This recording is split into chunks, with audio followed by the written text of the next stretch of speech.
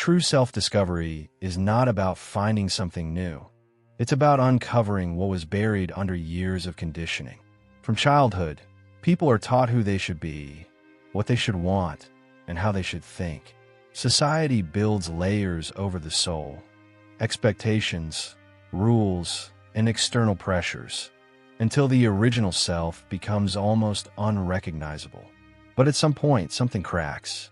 A moment of crisis, disillusionment, or simple exhaustion from living a life that does not feel authentic. That is where the real journey begins. Jung understood this deeply. His Red Book was not an academic study. It was his raw, unfiltered confrontation with his own soul. He knew that to reclaim his true self, he had to strip away everything that was not essential.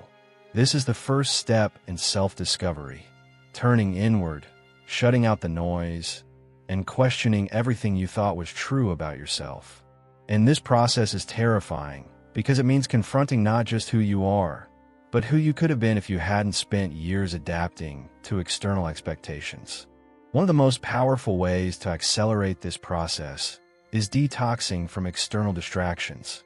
Modern culture is designed to keep people distracted, reactive, and externally focused. Social media, mass entertainment, even certain aspects of religion and education, all of these can act as barriers, preventing people from engaging in deep, introspective work. That's why Jung withdrew from the world to write the Red Book. He understood that to hear the voice of the soul, one must first silence the voices of the world. But silence alone is not enough. You must ask the right questions. Who am I without my job, my social roles, my past? What do I genuinely love beyond what I've been taught to value? What moments in my life have felt the most real, the most alive? These questions strip away the persona, the mask one wears for society, and reveal the core self. Jung called this process individuation, the integration of all the fragmented pieces of the psyche into a whole, unified being. And this is where the real transformation begins. Once someone starts this process, there is no going back. The more they reconnect with their authentic self, the less they can tolerate anything fake. Fake relationships, fake ambitions, fake versions of themselves. This is why many who go through deep self-discovery feel disconnected from their old world. But rather than a loss, this is a rebirth. And as Jung discovered, one of the greatest tools for navigating this rebirth is imagination, the bridge between the conscious self and the soul. Chapter 1. The Role of Imagination in Self-Realization. Imagination is not just child's play. It is one of the most powerful tools for self-discovery and transformation. Society teaches people to rely on logic, structure, and external validation, while imagination is often dismissed as useless fantasy. But Jung understood that imagination is not just about creating stories. It is a direct bridge to the unconscious mind, a way to access the deeper truths hidden beneath rational thought. In the Red Book, he used active imagination as a method to engage with his inner world, treating visions, symbols, and dialogues with the psyche as real experiences. This is where most people go wrong in self-discovery. They assume that truth can only be found in logic, facts, and external sources. But the soul speaks a different language. It speaks through symbols, dreams, emotions, and creativity. That's why Jung argued that imagination is essential for individuation. Through it, one can unlock suppressed aspects of the self, rediscover forgotten talents, and break free from the rigid structures imposed by societal norms. Think about it.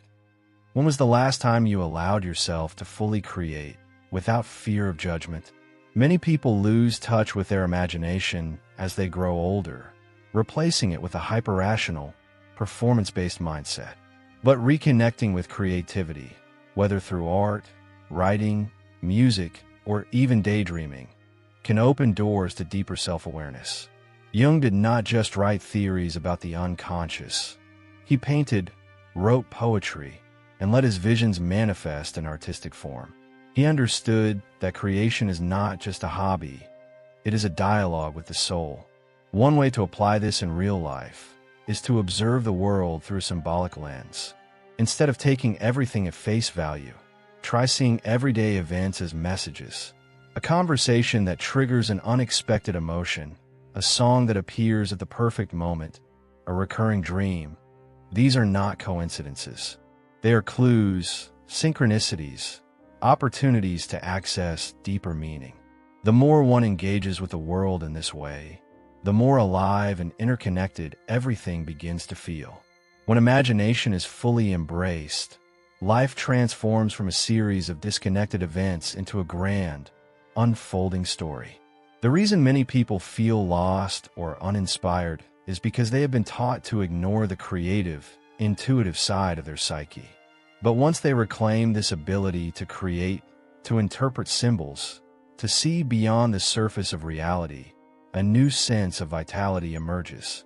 And this is exactly what Jung experienced while writing the Red Book, a radical reconnection with his creative self, which ultimately led him to deeper self-realization. Chapter 2. Jung's Red Book and its influence. Jung's Red Book is not a typical psychological text. It is a direct confrontation with the unconscious, a raw and unfiltered record of his deepest experiences. Unlike his other works, which are structured and analytical, the Red Book is chaotic, symbolic, and intensely personal. It was never meant for the public, because Jung himself feared how it would be received. But in this text, he documented his inner visions, conversations with archetypal forces, and a journey into the depths of his psyche. It is not just a book. It is a blueprint for psychological transformation. At its core, the Red Book captures the battle between the ego and the deeper self. Jung was already a well-respected intellectual when he started writing it, but he realized that despite all his knowledge, he was missing something fundamental, a real connection to his soul. This is why he immersed himself in this work, recording every vision and symbol that emerged from his unconscious. The book became a map of individuation, where he faced not only his fears, but also the forgotten parts of himself. The book's influence goes far beyond psychology. Artists, writers, spiritual seekers, and even philosophers have studied it as a guide to self-exploration. The images and symbols Jung painted in the book are not just personal, they are universal. They tap into something ancient, something that has been expressed in mythology, religious texts, and visionary art throughout history. This is why the Red Book is often compared to a modern-day sacred text. It does not provide direct answers, but it reveals the psychological journey that every human must take. The challenge is that most people today do not know how to engage with a work like this. In a world obsessed with instant results and surface-level self-help, the idea of spending years exploring one's unconscious, interpreting symbols, and engaging with imagination sounds foreign. But this is exactly why the Red Book remains relevant. It reminds people that deep transformation is not a quick fix, but a process of confrontation, discovery, and integration. Jung's work teaches that understanding the psyche requires more than logic. It demands a willingness to enter the unknown, to experience chaos, and to trust the process of individuation. This is why the Red Book is so significant. It is not just about Jung, but about all of us. It shows that every individual has an inner world waiting to be explored, a deeper self that is calling to be acknowledged. But how do we know we're on the right path? Jung believed that the answer lies in synchronicity, the hidden patterns that guide us forward. Chapter 3. Synchronicities and Psychological Integration. Jung introduced the concept of synchronicity as proof that the inner and outer worlds are not separate, but deeply interconnected. He believed that meaningful coincidences, those moments where the external world seems to reflect internal thoughts or emotions, were not random. Instead, they were signs that a person was in alignment with their deeper self. This is what makes synchronicity so powerful. It validates the path of individuation, offering clues that guide us toward integration and self-discovery. Many people experience synchronicity, but dismiss it as chance. They think of a friend, and suddenly that friend calls. They see a repeated symbol or number in unexpected places. They hear a message in a song that directly speaks to their current situation. These moments feel eerie because they suggest that there is an unseen intelligence at work, orchestrating events in a way that defies logic. Jung saw these moments as evidence that the psyche extends beyond the individual, tapping into a collective unconscious filled with patterns and archetypes. But synchronicity is not just about noticing strange coincidences. It is about psychological integration. When people are disconnected from their unconscious, life feels random, fragmented, and meaningless. But as they begin the individuation process, they start seeing patterns everywhere. The external world begins to mirror their internal transformation. This is why many who engage deeply in self-discovery find that certain books, teachers, or experiences appear at exactly the right moment. It is as if reality itself is responding to their psychological evolution. Jung believed that paying attention to these moments is crucial because they act as a confirmation that one is on the right path. If synchronicities increase, it means the ego and the unconscious are starting to work together. If life feels chaotic and disconnected, it might mean that one is ignoring their true path. This is why deep self-reflection and dream analysis are so important. They help uncover what the unconscious is trying to communicate. In the Red Book, Jung recorded his visions not as abstract ideas, but as real experiences that shaped his transformation. So how does one invite more synchronicity into life? The key is engagement. The more a person actively works on their psychological growth, whether through imagination, journaling, or artistic expression, the more aligned they become with these hidden patterns. Synchronicity is not something that can be forced, but it can be cultivated by developing a deeper awareness of both the internal and external worlds. And once a person starts seeing the patterns, the next challenge is even greater. Chapter 4. Breaking free from the persona. Most people are not living as their true selves. They're living as a persona, a carefully constructed mask designed to meet societal expectations. From an early age, individuals learn to modify their behavior to be accepted, suppressing parts of themselves that don't fit the image they want to project. But the problem with living as a persona is that it creates a deep sense of emptiness. The more one conforms to external standards, the further they drift from their authentic self. Jung recognized this as one of the greatest psychological struggles, the tension between who we are and who we pretend to be. The persona is not entirely negative. It allows people to function in society. But when the mask becomes the identity, the soul suffers. Many feel this suffering without realizing its cause. They experience burnout, dissatisfaction, or an unexplainable sense of being lost despite achieving external success. The truth is, when a person lives too much for others, parents, social circles, cultural expectations, they begin to forget who they actually are. This is why breaking free from the persona is so important. It is not about rejecting society, but about aligning the outer self with the inner truth. One of the ways Jung explored this was through his concept of the anima, the inner guide that represents the suppressed parts of the psyche.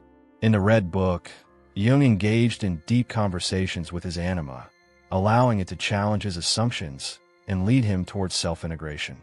Most people ignore their inner guide because it disrupts their carefully constructed identity. But true growth begins when one is willing to listen to that voice, to explore the thoughts, desires, and intuitions that have been buried under years of conditioning. This is not an easy process. Breaking free from the persona means confronting fears, uncertainties, and the possibility of rejection. It means realizing that some relationships, careers, or social roles may have been built on false foundations. But the alternative, staying trapped in an identity that no longer serves the soul, is far worse.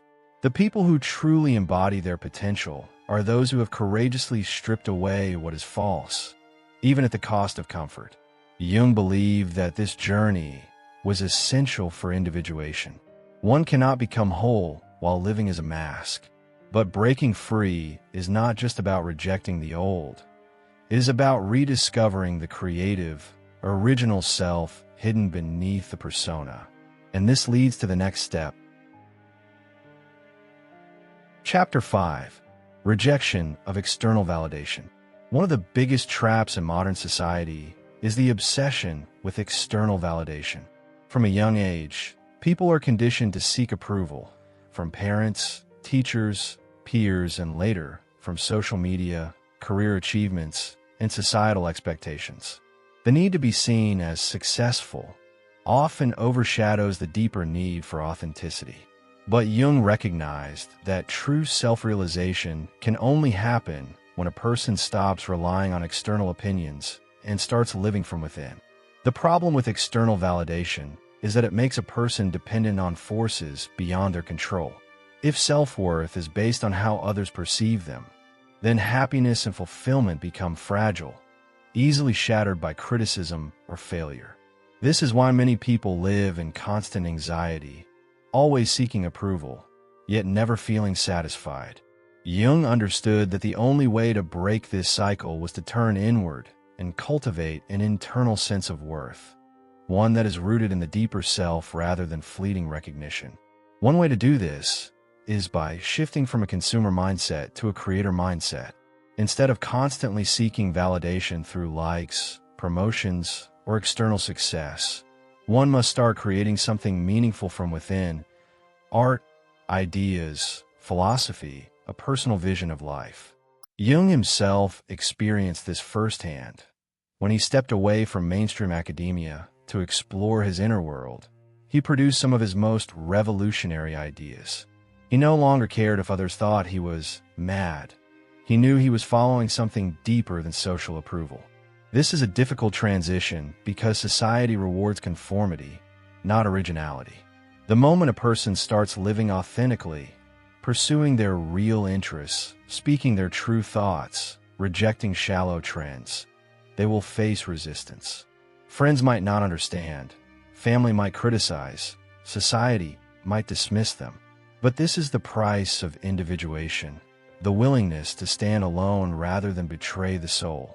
Jung believed that once a person frees themselves from the need to be validated, true creativity and personal power emerge.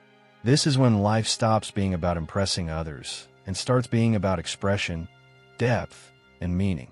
And once a person reaches this stage, something incredible happens.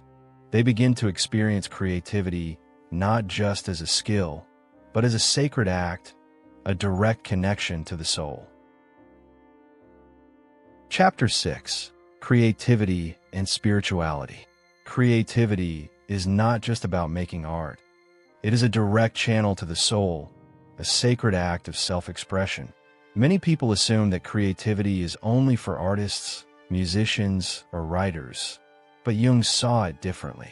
He believed that creativity is a fundamental part of the individuation process, a way for the unconscious to communicate with the conscious mind. This is why he filled the Red Book with paintings, poetic passages, and symbolic narratives. It was his way of translating his inner world into something tangible. Most people lose touch with their creative self because modern life prioritizes productivity over imagination. Schools and workplaces rarely encourage people to think symbolically, to play with ideas, or to create without an immediate purpose. But creativity is not a luxury. It is a necessity for psychological and spiritual growth. When a person engages in creative expression, whether through drawing, writing, movement, or music, they are not just making something new. They are making themselves new. Jung saw this firsthand when he began painting his visions. By externalizing his unconscious experiences, he gave them form, allowing him to interact with them in a conscious way. This is a powerful practice anyone can adopt. For example, journaling dreams, sketching abstract thoughts, or writing intuitively can all act as bridges between the rational mind and the deeper psyche. The more one engages in these practices, the clearer the connection with the inner world becomes. Creativity also serves a spiritual purpose. In many ancient traditions, art was used as a form of divine communication. Sacred symbols, music, and architecture were not just aesthetic, but deeply meaningful. Jung believed that modern society had lost this understanding, reducing creativity to mere entertainment rather than recognizing it as a path to transcendence and self-discovery. This is why his later work focused so much on symbols, myths, and archetypes. He wanted to reconnect people with the forgotten language of the soul. The lesson here is simple. If you feel disconnected, lost, or uninspired, start creating. It does not matter what or how. What matters is engaging with your imagination, letting your deeper self speak, and allowing creativity to become a tool for transformation.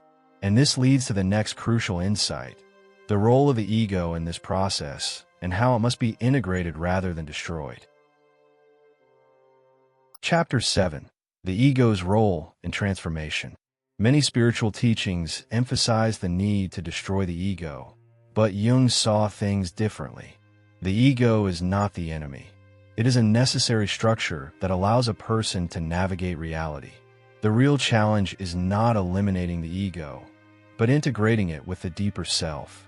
If the ego becomes too rigid, it traps a person in a limited identity, disconnected from the unconscious. But if it is completely dissolved, a person risks losing all sense of individuality. True transformation happens when the ego learns to serve the soul rather than control it. Jung believed that the ego is like a tool. It is useful, but it should not dominate one's entire identity. When the ego is out of balance, it can manifest in two extremes: inflation or repression. Inflation happens when a person believes they are superior, refusing to acknowledge their weaknesses or deeper fears. Repression happens when a person denies their individuality, becoming passive and conforming to external expectations. Neither leads to true individuation. The key is balance, allowing the ego to exist, but aligning it with a greater purpose. One way to work with the ego is through self-reflection and shadow work. The ego resists change, often rejecting anything that threatens its sense of control. This is why many people avoid deep self-exploration. It forces them to confront uncomfortable truths about themselves. But the more a person integrates their unconscious fears, desires, and contradictions, the stronger and more adaptable the ego becomes. Instead of being a wall that separates the self from the soul, it becomes a bridge. Jung also saw the ego as a necessary step in spiritual awakening. Many traditions speak of enlightenment as an egoless state, but Jung argued that one must first have a strong sense of self before transcending it. A person who has never developed confidence, discipline, or a clear identity cannot simply dissolve in a higher consciousness. They will get lost. This is why individuation is not about rejecting the ego, but about strengthening it in a way that allows for greater psychological depth and transformation. So rather than seeing the ego as something to be destroyed, it should be trained, refined, and guided. A well-integrated ego does not seek dominance, nor does it hide in fear. It stands firm but remains open to change. And this is essential when facing life's greatest challenges, both personal and collective. In modern times, many have lost this balance, avoiding real struggles and failing to cultivate the inner strength necessary for true transformation, which is why war, whether external or internal, often becomes the ultimate test of the self. Chapter 8. War and Transformation. War has always been more than just a political conflict. It is a reflection of inner and outer struggles, a test of identity, and a catalyst for transformation. Throughout history, warriors did not just fight for land or power. They fought to prove themselves, to assert their place in the world, and to forge a stronger sense of self. Jung understood this deeply. He saw war not only as a literal event, but as a psychological necessity, an unavoidable part of personal and cultural evolution. In the Red Book, Jung described his own internal war, the battle between the ego and the unconscious, between structure and chaos, between who he was and who he was becoming. This is the war every person must face at some point. The realization that their old self is no longer enough, that a transformation is necessary, but that this transformation will not come easily. Growth demands struggle, and struggle often takes the form of an internal conflict that forces us to redefine ourselves. The problem in modern times is that most people avoid war. Not just physical war, but psychological war. They avoid hardship. They avoid discomfort. They avoid confrontation, preferring to remain in a passive, controlled existence. But without struggle, there is no evolution. Without resistance, there is no strength. Jung believed that war, in its deepest sense, is a confrontation with fate. It is what forces individuals and societies to choose between stagnation and transformation. This is why those who actively engage with life's challenges, whether through self-discipline, deep learning, or facing personal fears, become stronger, while those who seek comfort above all else become weak. Think of the great myths. Heroes are never formed in times of peace. They are forged in battle, in exile, and hardship. Today, many people feel lost because they have never truly tested themselves. They have avoided war, but in doing so, they have avoided growth. Jung's message was clear. Transformation is a battle, and the enemy is within. The war is not just against society, against external struggles, or against those who disagree with us. It is against the weaker version of ourselves that resists change. Those who embrace this internal war, who fight for their own individuation, become the architects of their destiny. And this leads to the final, most important phase, the awakening of the soul through existential growth. Chapter 9. Existential Growth and the Soul's Awakening. The true purpose of individuation is not just self-improvement. It is the awakening of the soul, the realization of one's deeper nature beyond societal conditioning and personal limitations. Jung believed that most people live in a fragmented state, disconnected from their unconscious, caught in an endless loop of external validation and superficial pursuits. But at some point, the soul demands more. This moment, when the old ways of living no longer satisfy, when a deeper longing arises, is the beginning of true existential growth. The path to awakening is not a comfortable one. It requires confronting both the light and dark aspects of the self, understanding that within each person exists both creation and destruction, order and chaos, strength and vulnerability. Many spiritual teachings focus only on the positive aspects of awakening, peace, love, and enlightenment. But Jung understood that real transformation requires engaging with the full spectrum of human nature. This is why his work emphasized shadow integration, the process of acknowledging and making peace with the hidden, repressed aspects of the psyche. For many, this journey begins with a deep existential crisis, a sense of meaninglessness, a questioning of identity, or a sudden realization that the life they have built no longer feels real. This is not a sign of failure. It is a sign that the unconscious is calling. The Red Book was Jung's record of this exact process, his struggle, his insights, his moments of despair and revelation. He understood that the soul speaks in symbols, dreams, synchronicities, and emotions. The question is whether one is willing to listen. The challenge of soul awakening is that it requires a complete shift in perspective. Instead of chasing external goals, status, money, approval, one must turn inward and seek meaning through self-knowledge and creative expression. This is why many who go through individuation find themselves drawn to art, philosophy, mythology, or spiritual traditions. The soul longs for depth, for connection to something greater than the surface-level reality most people accept without question. But here's the secret. Existential growth is not just for mystics, philosophers, or great thinkers. It is for anyone willing to ask deeper questions and embrace the unknown. The Red Book is a guide, not because it provides direct answers, but because it shows the process of transformation in its rawest form. Jung proved that the greatest journey one can take is the journey within, because once the soul is awakened, life is never the same again. Conclusion: the choice between awakening and avoidance. Carl Jung did not write the Red Book for the masses. He wrote it for those willing to confront themselves. The reality is, most people will continue living on autopilot, avoiding the deeper questions, numbing themselves with distractions, and pretending everything is fine. But a few will recognize the call.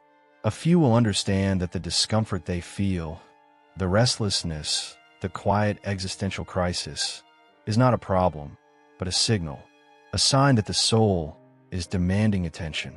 The question is, will you answer that call?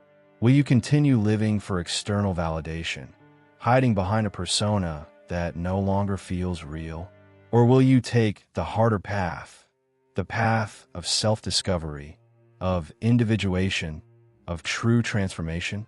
Jung's journey proves that the process is not easy. It requires sacrifice, courage, and a willingness to explore the unknown.